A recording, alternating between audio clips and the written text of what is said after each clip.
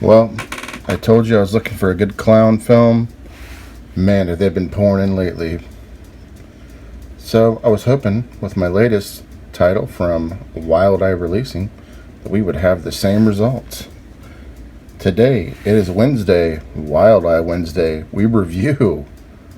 That's it. Crispy's Curse.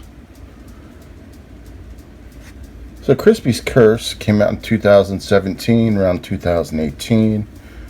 Just got a Wild Eye Releasing on it. As you can see, that's the cover there.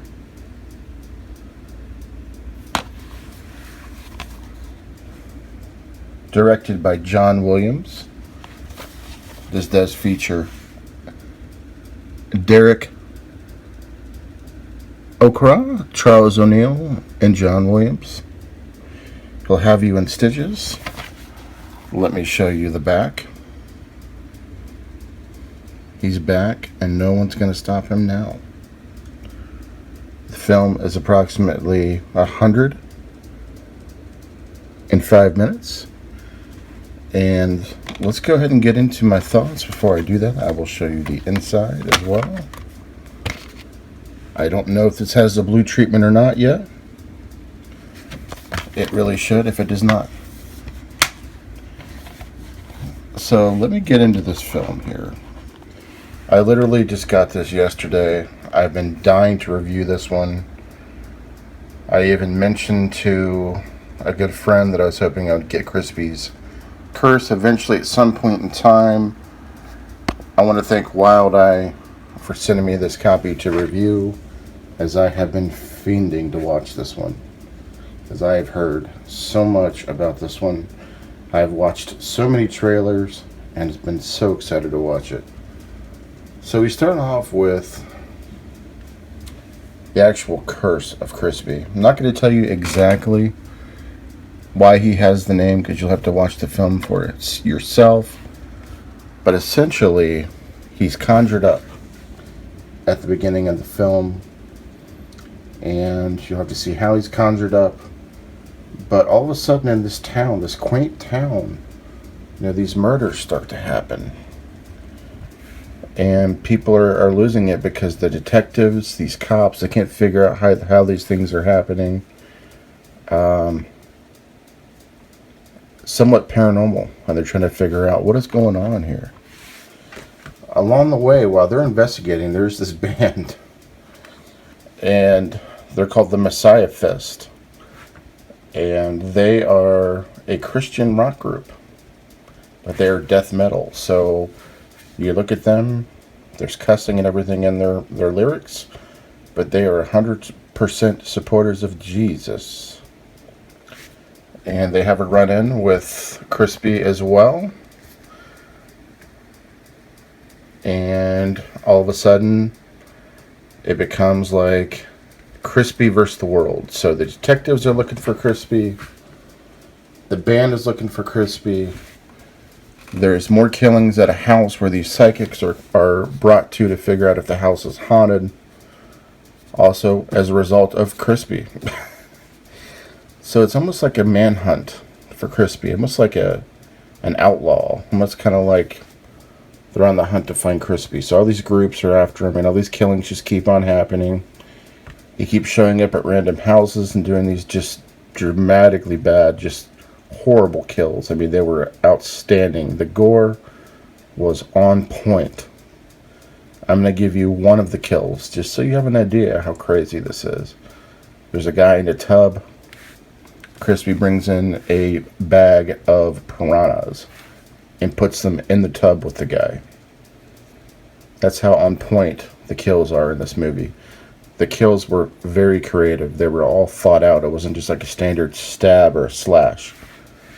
Just very thought out kills. And the character that played Crispy, the actor that played Crispy, was fantastic.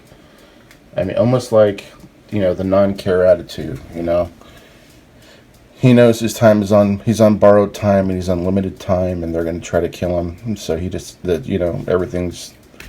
shits are just thrown out the door. So he just keeps killing and killing. And the kills get more and more creative as they go. And I think I totaled up a kill count of anywhere between 13 to 20 people.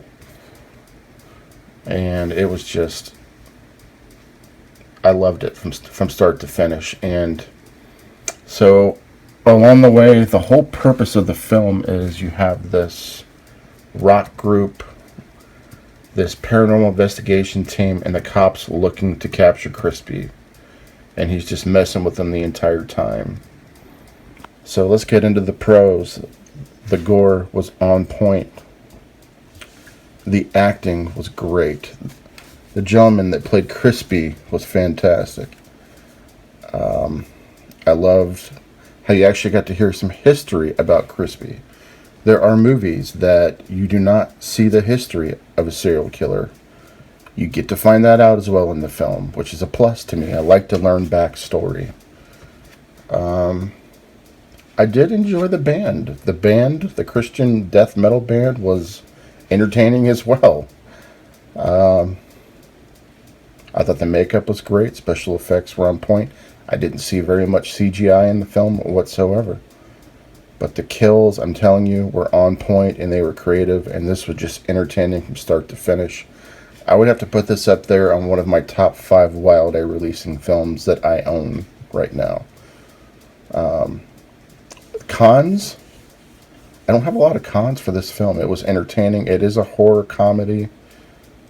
I guess you can kind of take it both ways, as maybe just like a standard horror film, but there's a lot of comedical parts in it as well. He'll have you in stitches. I mean, it's fantastic. And yes, it is 140 minutes. But to me, did I read that correctly? You get 110 minutes. It's 110 minutes. So it is a little bit longer, but it's well worth the price of admission. I think with that extra 10 minutes, giving the background of Crispy made it that more entertaining for me. Guys, you can't go wrong with this one. You really can't. Bronco Juggalo Talks Movies. I hope you get this one. This is right up your alley, bro. And Jason, you're going to be entertained by this as well. If you like VelociPastor, if you like Cares Hell, it's in that same wheelhouse. Just entertaining and fun. Go to Wild Eye Releasing. I will put the link in the description and pick up Crispy's Curse. I believe it just came out. I literally just got my copy, and this movie is on point. You cannot go wrong with it. And even the music was entertaining on it as well. I mean, I just can't find a flaw. Again, not every movie's perfect, but you gotta go check out Crispy's Curse. This is Hobbs. Catch up with you later. Peace.